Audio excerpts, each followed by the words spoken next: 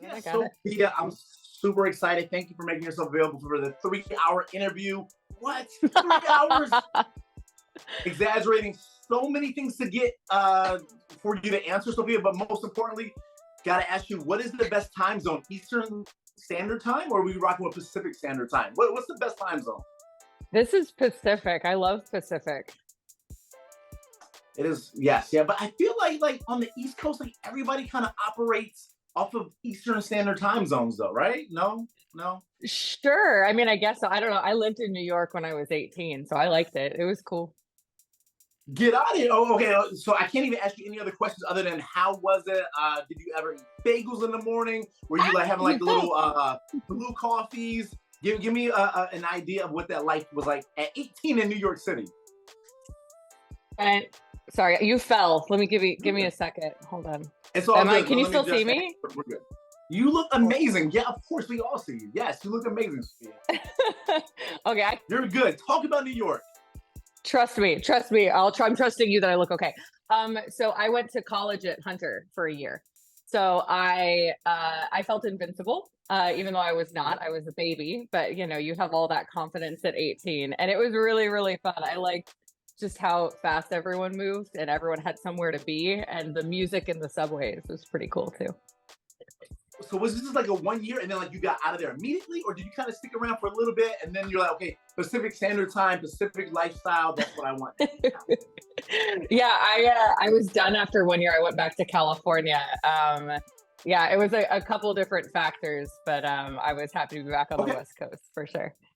Yo, and real quick, you know, I kind of save this for like later into the interview or Q&A session, Sophia, but one thing that I'm always big on with Attack the Culture, and in a second, I'll tell you what Attack the Culture is about, because like we set up this interview, it was all super last minute, and it's like, I'm doing an interview with Attack the Culture, not maybe too certain what that means, but real quick, being, well, you know what, I might as well use the moment now. So Attack the Culture is primarily a hip-hop publication, hip-hop online thing, talking about the culture, and everything is culture, right? So it's like entertainment culture and adult world culture and hip-hop culture, so kind of like bundling culture all in one whole, and Attack being covering it from all angles, right? Yeah, I love that. Yeah. Thank you. So with that being said, I want to talk about your California culture. Obviously, that being through the blood veins. When you were in New York City, give me one or two things that just screamed out, "I'm a Cali girl," that you brought to the Big Apple. Well, you're going to make fun of me for this, but I wore flip-flops until there was snow on the ground, coming from like growing up in Long Beach, California. And I got made fun of so much by New Yorkers. And I was like, I don't care. This is the Cali part of me. Daddy, end it right there. I don't need to know anything other than that. That's hilarious. That's amazing. Like, how cold did it get? Did it get like, wow, everyone's really wearing like Uggs and crazy boots and I'm still wearing my flip-flops? Yeah, it was. I was just so used to wearing flip-flops. It was like 50 degrees, 40 degrees. It started to go even lower. And I was like, I refuse until there's snow on the ground. I was holding on to that little tiny part of my my little Valley girl culture.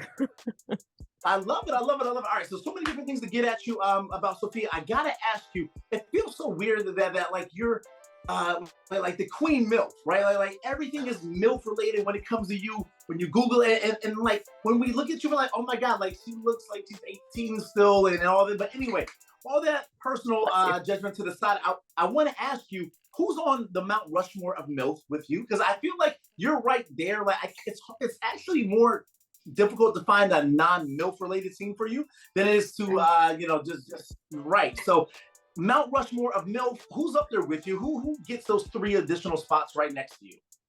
Well, I appreciate that, because I don't consider myself up there. I'm just happy to be working, and I don't have kids, so I'm like not actually a MILF, but like I'm happy to be in that category, because you're either a teen or a MILF. You don't really have an in-between. So at 38, I'm like, that's fine. I'll take it. I love the step scenes. I think they're really fun to do. I love the MILF scenes. I mean, I don't know. I really look up to like Penny Barber and Shree DeVille, Reagan Fox, like, and I feel like they're way up there, and I'm just making my way. You know, and talk about kind of cracking into the whole MILF culture, because I mean, you know, at this point, you know, you're kind of like the LeBron James of the game, right? Where you got the championships, you keep on going, you still look refreshed and like, yo, I'm ready for the next challenge. I know you got something brewing with Johnny Sins that's getting ready to drop. There's so much, or maybe it's already dropped. You're just nonstop working, and so I just kind of want to want to, okay, maybe just take a slight step back. Let's talk about going into that MILF world, right? Like, first Sure. off, were you exalted or like appreciative when you were presented with the MILF opportunity? And when in the world was that? 2015, 2014, prior? So I got into the industry in 2010 with camming, and I Okay. like wasn't a part of that because I kind of wasn't at the age. And then I left the industry for 5 years, starting in 2016. So when I got back in 2021, I just kind of fell into the category because that's where I was age-wise. And so I was really grateful even just to have a second chance at this career. So I'm just stoked to be here and to have the opportunity. So you can put me in whatever category you want. When I get older, I'll be a GILF. I don't care as long as I still get to work in this Exactly. industry. So that's why I love I'm it. like working so hard, is because I'm just grateful that I get a second chance. I love it. I love it. And I mean, and we're gonna talk about working hard with those workout goals shortly, because I think like people have no idea how much you put into that gym. Because I've seen your videos, and like I said, we'll bring that up. But talking about the whole MILF, and let's talk about, obviously, gotta give Team Skeet a massive salute. Team Skeet and MILF. What is it about them? Obviously, we were highlighting you right in this scene right here. Obviously the mom swap content. Talk about So what that fun. relationship. Yeah, talk about the relationship. We can talk about that scene, and then just in general, why does MILF keep on getting it right, especially with you? Well, they have such incredible directors. For that scene, I work with Rex Oliver, and when I first got back in the industry, I shot a lot for that director and for this company, and they really believed in me and kept hiring me. So I'm really grateful to them for just having really fun scenes, really fun sets, and great co-performers that I've worked with. I just cannot say like I haven't had a bad day working for them. And those scenes in particular are really fun. It's the second mom swap I've done. But they had, for Mhm. my first one, they had printed out all of these like fan requests on exactly how they prefer the scenes to go. And believe it or not, it's kind of an acting challenge because they want you to be as reluctant as possible and as realistic as possible going into somehow, sleeping with your friend's stepson and then your own. And that progression is such a bizarre thing to do on video, to try and make it realistic, of like, absolutely not, to like, now we're banging, and to get that kind of embarrassment, the reluctance, the want, the need, the lust, and then to fall into it is a really fun challenge for me. So I was excited to do a second scene for Mom Swap. Yeah, I love it. And then obviously, rubbing elbows with Cory Chase in the film as well. Talk about just kind of that on-screen chemistry that you both shared throughout from start to finish of that production. Yes, I've worked with Cory a couple times actually before for her own production company. So it was really fun to see her on set and to work with her on a pro set as well. She just is such good energy and so positive and such a hard worker. So I felt like it flowed really well. No, definitely. And I got to ask you, how do I make a request to the people over at Team Skeet, or I think it's MILF actually? I know, same company, right? But They're to all get you the on same. Perv Principal, I want you on Perv Principal. I cannot explain what it is about that. I don't know if it's Sergeant Miles or just kind of the sarcastic energy in between, but like a personal request for having you on that. Is that just like fan requested, or you just wait for the call and I say, boom, I got an opportunity, and then you consider it? How do we get you on Perv Principal ASAP? I think that as long as you're a member of the site and you request me, if they see my name pop up enough, hopefully I'll get booked for it. I would love to do it. I've done perv therapy for them. I love all the perv things actually, and being in a position of like where I'm in charge, that's kind of newer to me because I started my career as mostly submissive. And so all these roles, being kind of the teacher or the one who's seducing somebody, is newer, and I'm enjoying it for sure. Got you. And I promise I have more lifestyle type questions, but I am a little bit just excited and just talking about just Talking about it. all you've created and all the amazing content you've done. That I do want to ask you, again, sorry, I've got to look away for just a hot second.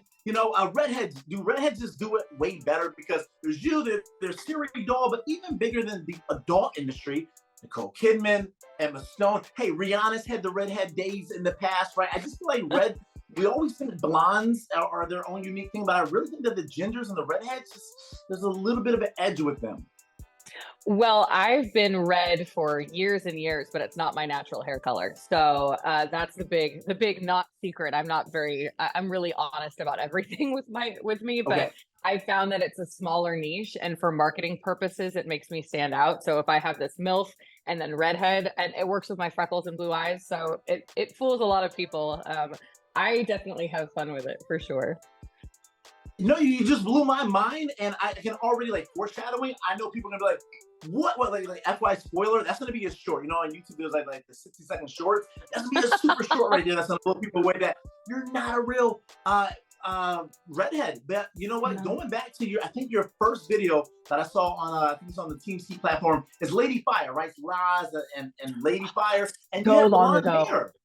Yeah, super long ago, and it's a two-parter. Number one, you have blonde hair on there, which I still don't think is your natural color. And then secondly, it was like the baby markings of your sleeve, which I want to get to in a minute as well. So let's talk about going all the way back, blonde to the ginger look, and what is your natural hair, and then obviously the creation and the explosion of awesomeness with your sleeve.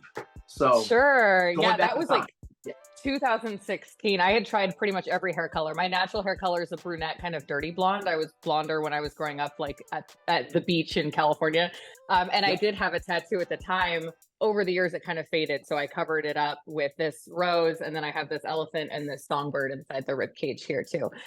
So that's how you can tell if it's my older content. It's not even hair color, because I was red within those periods of time too. But if you see the tattoo, and my boobs are bigger now. So that also is a good indicator of it's my newer content. Yeah, and Sophia, let me ask you about that real quick, because like the explosion, is it from the workout goals and just kind of wanting to fine tune it? What was the motivation just to be a little bit more perkier up front? Well, I when I was out of the industry, I had retired. I thought I was done for 5 years. I did real estate in Seattle. I was with another partner. And when we broke up, I had missed the industry. I had just happened to get surgery and my implants done without even it being connected to the adult industry at all. And I just loved the gym. It was after COVID, so I had worked out a ton. So I got back in the adult industry just by accident with a revenge body from my ex. So jumping in, I just was like ready to go, perkier, and feeling really good about myself and my body. So it was nice to have a wonderful reception from the industry and from the community that I had missed so much. 100%. And I got to ask you, super important. I wanted to make sure to kind of get this done earlier or sooner than later. Dating goals or workout goals, what do we love more? Because I've seen you on Twitter. I've seen a big shout out to, what's his name? Anthony, 626 Lives. I want to talk about him in a moment, but workout goals or dating goals, are they on the same level, or does one have the edge over the other? Dating goals or workout goals? Hell no, they're not on the same level. I am not dating. Every time I date or I catch feelings or I'm in a relationship, it compromises my career. So I'm just having fun. I am not interested in dating seriously on any level, but working out and work are my two goals right now. It's what I'm focused on. I'm at the gym almost every day. Anthony in Las Vegas, who is a trainer to, I think, 17 different performers right now. He's so wonderful with us. He understands our goals. He's flexible with our schedules. And he has fixed my back issue. He's so good. And so he keeps me motivated. And then I'm at the gym in LA and Vegas all of the time in between work. So, yep. Love it. You very cool. And for all the like the gym rats and everyone that's about the gym grind, give me an idea. I feel like you kind of look down on cardio and you focus on becoming the next Rhea Ripley. Shout out to my girl Rhea Ripley on the WWE. It's super, but it's weird because your body's super toned and it's right in the right place, but it still has that, I don't want to say submissive, but feminine, curvy, you know what I mean? Where it's not over the top, but it's super right. So to have that balance and what seems like every film that you're putting out, is it more challenging than it looks? Or is it just about right? Just as far as getting it super toned, but not too overdone? I appreciate that. I do hate cardio. My cardio is only at work, really. So when I'm doing reverse squats for, 7 minutes at a time. So I love just lifting. So it's really easy for me to stay motivated because I'm hyper sexual. I think I have high testosterone.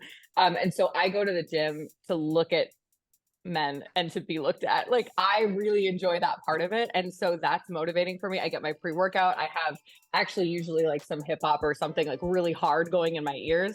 And I am resting bitch face, but checking out all the men in the gym and being okay, we could all do something at once on this bench, right? And it keeps me motivated and lifting.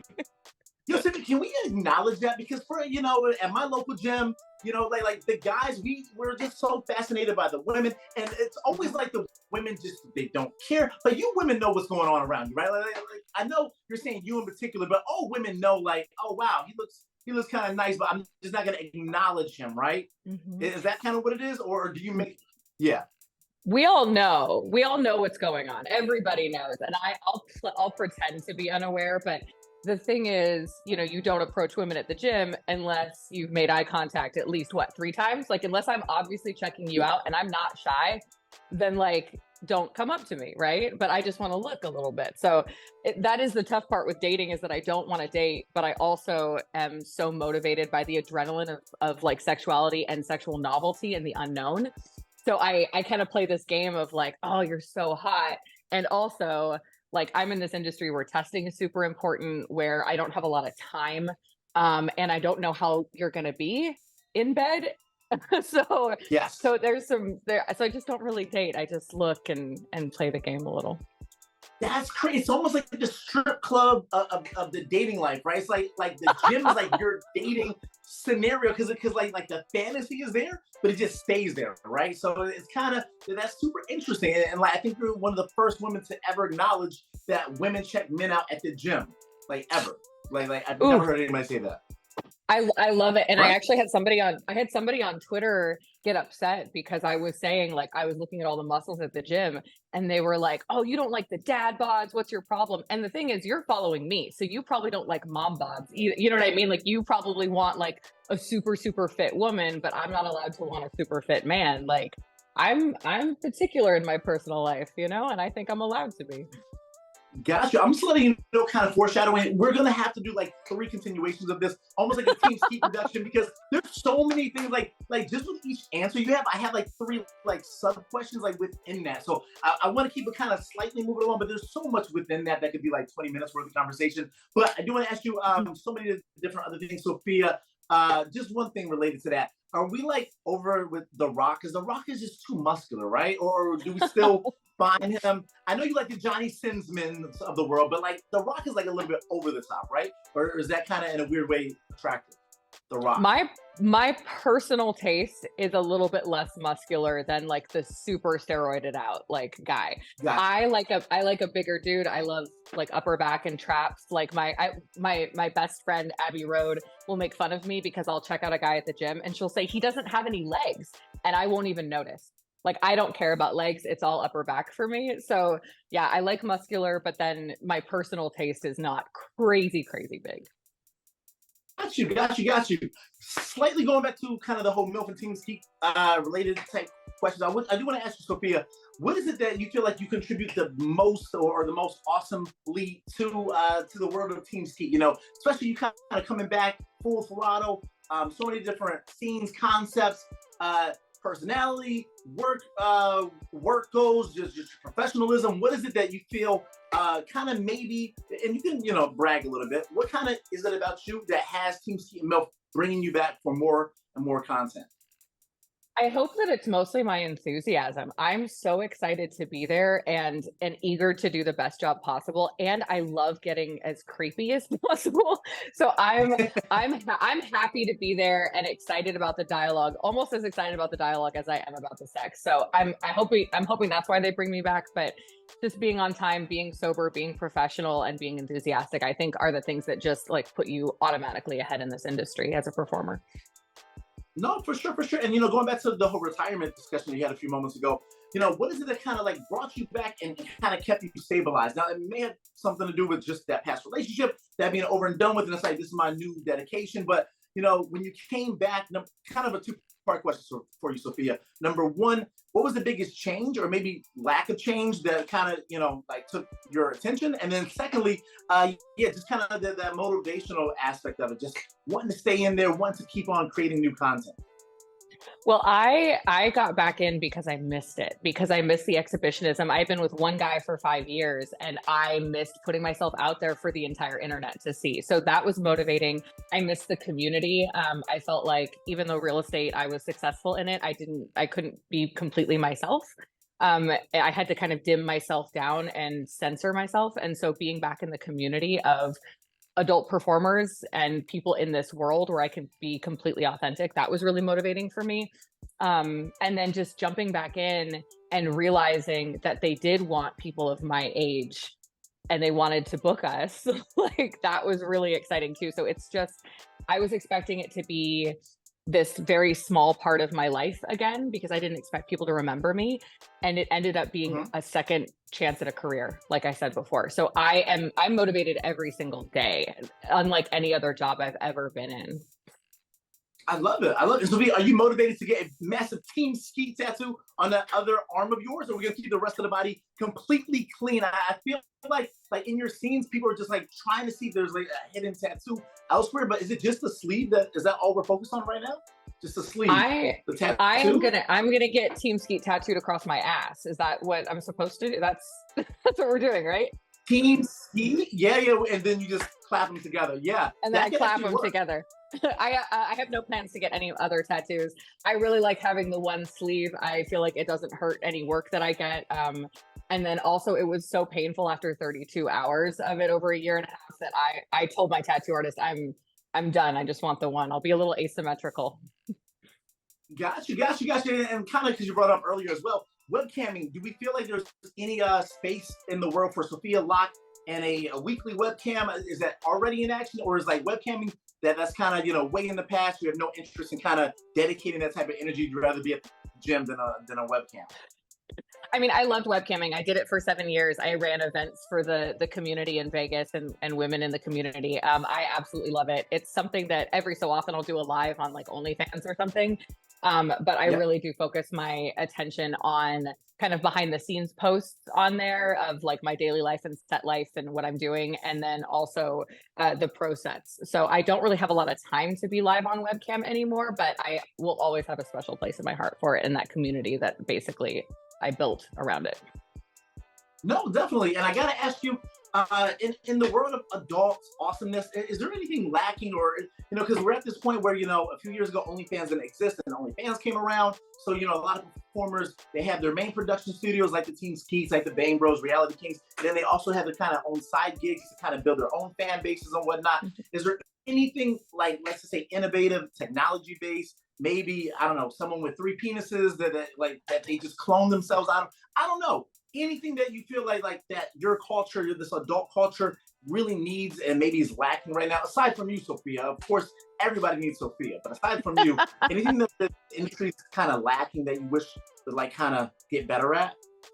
I mean, I'm really happy with where everything is because I have multiple streams of income and one that I control more than others, and it all feeds into each other in kind of a cycle, which is really nice. So I'm really happy where it is. Obviously, AI is kind of where stuff is going next, but I can't predict the future. I don't know where that's going to go, but no matter what, the industry pivots, whether it's tube sites, whether it's OnlyFans, direct to consumer media, as opposed to just studio work. I mean, we'll figure it out no matter what it is.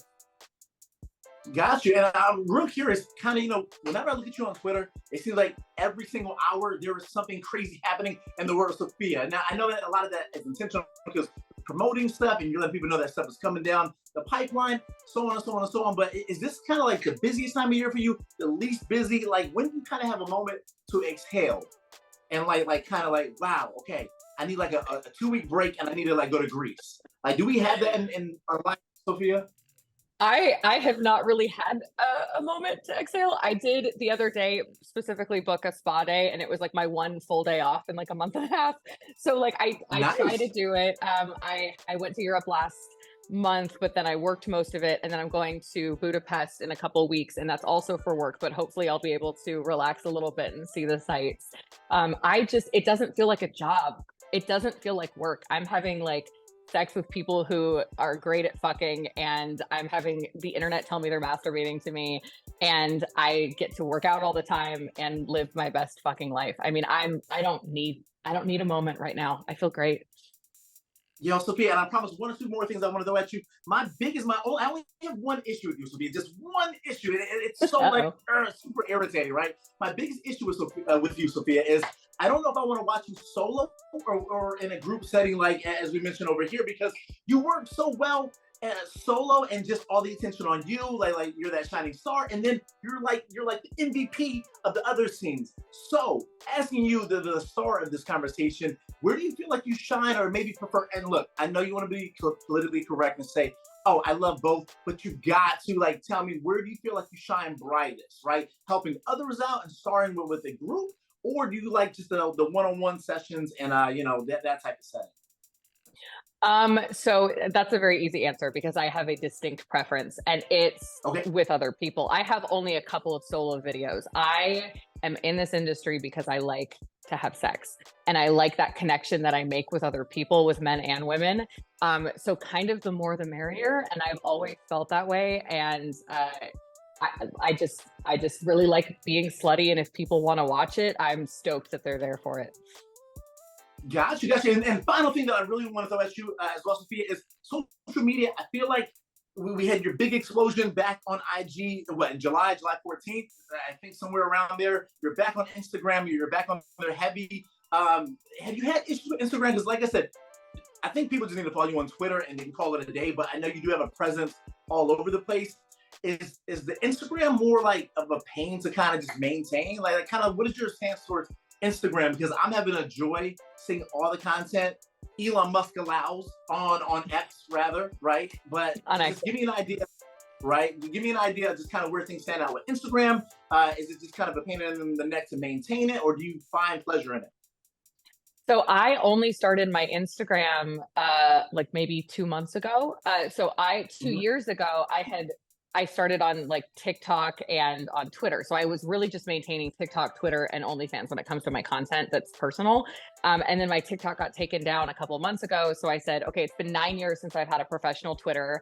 I got it taken down years and years and years ago at 69,000 followers, which was really fun for me. So I was like, fine, now that I don't have TikTok, I will start Instagram. So I'm building my Instagram. It's the same handle as my Twitter, which is _Sophia Locke _ and I'm actually having fun with it, honestly, because I like the story part of it, where I can kind of say what I'm doing in a safe for work context daily, as opposed to my explicit what I'm doing every day on OnlyFans. So it's kind of a fun medium for me to put that kind of content there, dirty and also promotional content on Twitter, and then the most exclusive content on OnlyFans. It feels like a tiered approach that I actually am enjoying. Gotcha. And like I said, I'm gonna let you kind of cut loose and go crazy, but just for when like AI takes over all the social accounts, what is the best and like the most secure way to stay in contact with you? And not just me personally, but just for everyone that's a diehard fan that were with you, before the retirement, after the retirement, they're already like trying to book flights out to Budapest and hopefully bump into you. Give me an idea of just kind of like where, for people to not lose track of you. And I know in certain cases you don't want people like showing up and following you everywhere, but is there like a platform that is the best just to stay locked in with Sophia Locke?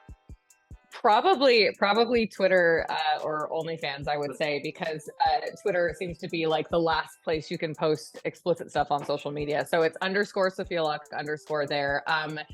If you do happen to bump into me, please say hi. I always love that. I feel like people are kind of scared too sometimes. They'll like message me later, being like, I saw you. And that's almost creepier. Just like say like, what's up? I've seen you have sex on video. So that's cool too. So I just, again, so many other things that like I just want to like let you know I wasn't exaggerating. I literally have like stickies all over the place. There's literally 629 inside joke, right? Sticky's just over there just to ask you. So we're gonna hit pause on this. So is there any final thing just for anyone that stay through to the end, just to keep tabs on you, and just any final notes, Sophia, before we pause it on everybody and then we do a formal goodbye? Any last minute things? No, but if you're a member of like Team Skeet, if you're a member of those websites, please keep requesting me within the membership site so that I can keep getting booked and keep having sex and showing you. I love it. Yo, Sophia, so we'll bid farewell to everyone else, and then I will properly let you get out of here.